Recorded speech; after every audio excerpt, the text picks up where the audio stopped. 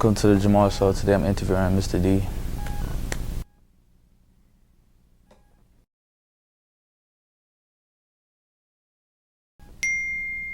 So how did I start working in the studio this year?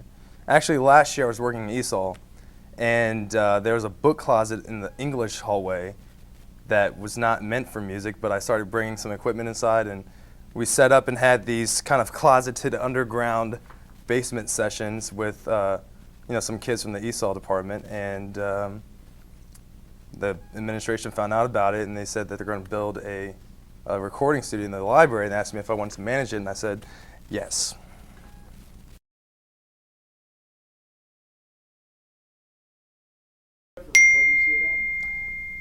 Well, I actually went to two different high schools. I went to Monticello High School starting out for 9th, 10th, and half of 11th grade year. And at Monticello, the only difference was we had a lot of cliques back then. There were a lot of different groups of kids who stuck to that group and didn't really interact outside of their circle of friends. Then I got sent to Fork Union Military Academy, not my decision at all. But I went there to play football and to get my grades up, and that was an entirely different environment for me compared to Albemarle High School. At Fork Union, you wake up at 5:45 every morning, you wear a uniform, you shine your shoes.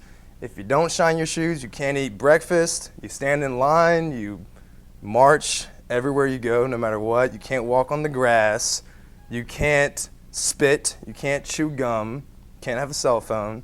You have a 5-minute phone call once every night. And so there's no TV. And so that was a lot different, obviously, than here. And but one thing that was surprisingly unique about the Fork Union experience was that there was a ton of diversity. We had kids from all over the world there. We had a large Korean population. We had kids from Nepal. We had kids from the Middle East. And because we were living there together, there are only about 500 students, or we call them cadets, at Fork Union, and they're all like a very extremely tight-knit family. You could not get away with having your own special group and not interacting with other people. So that was, that's kind of, it's odd to think that there'd be a lot of diversity and blending of students at a private military school, but not at a public school, but that's, that was my experience.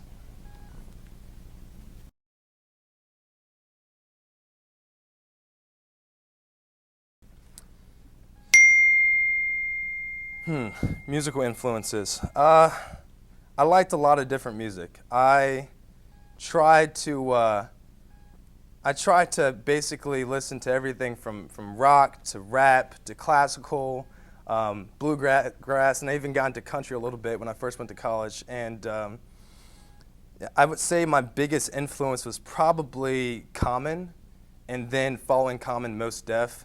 Two amazing, in my opinion, amazing hip-hop artists, and what I loved about them was that they had deep content, complex lyricism, and they always were promoting a positive message. Not positive in the sense that it was like what some of my friends call bubblegum rap, where it's just like happy, happy, happy, but they weren't trying to fill your head with nonsense, like just partying or just drinking or just drugs. It was like they were actually addressing some of the issues in their community, addressing some of the issues that teens my age at the time were going through. And so I really, I tried to base a lot of my own music off of that. And so, that influenced me. Also, just having a diverse group of friends influenced my music as well. So I had friends from all different social backgrounds, all different colors, all different, socioeconomic backgrounds. And so I kind of had experiences with everyone from, millionaires down to, kids whose parents were homeless. And I think that influenced my perception of the world around me and gave me an open mind, I think, for different styles.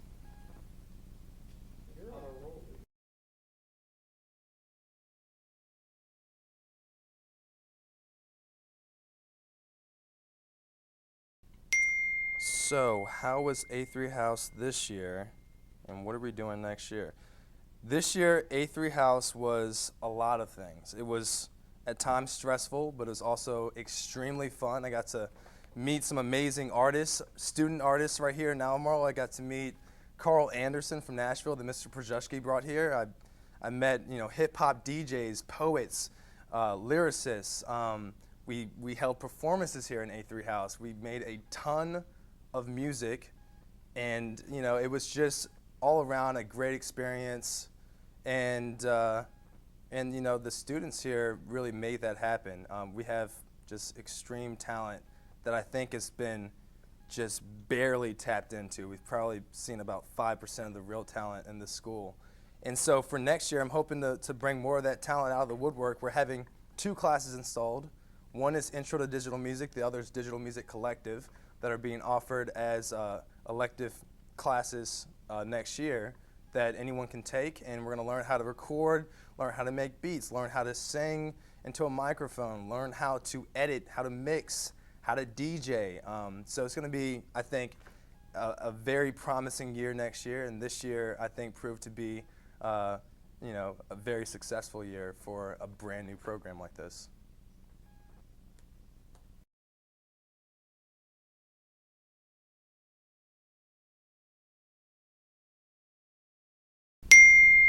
Wow, I've been talking with Mr. P a lot about celebrating the end of the year and kind of showcasing some of the work that not only A3 House has been doing, but the creative collective of Albemarle High School as a whole.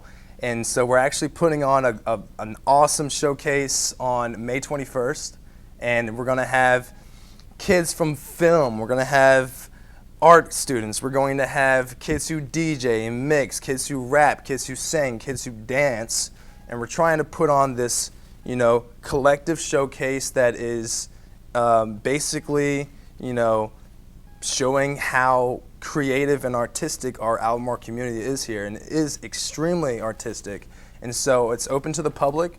Anyone can come. It's going to be free of charge, and I think we're just going to have a very, very good time and make a memory.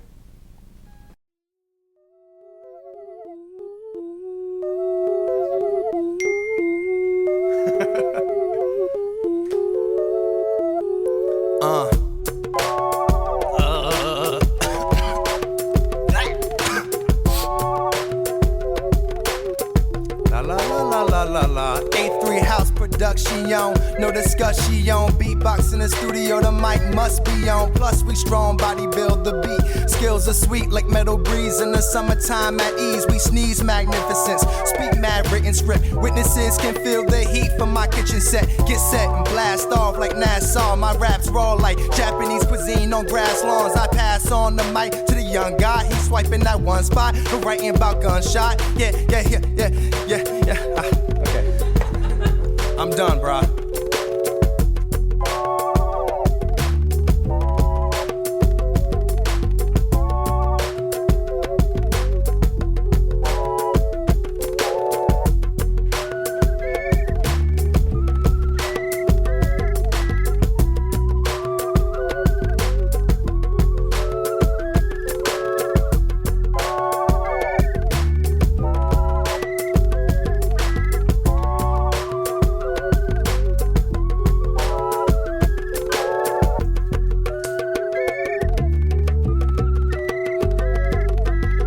I have one question.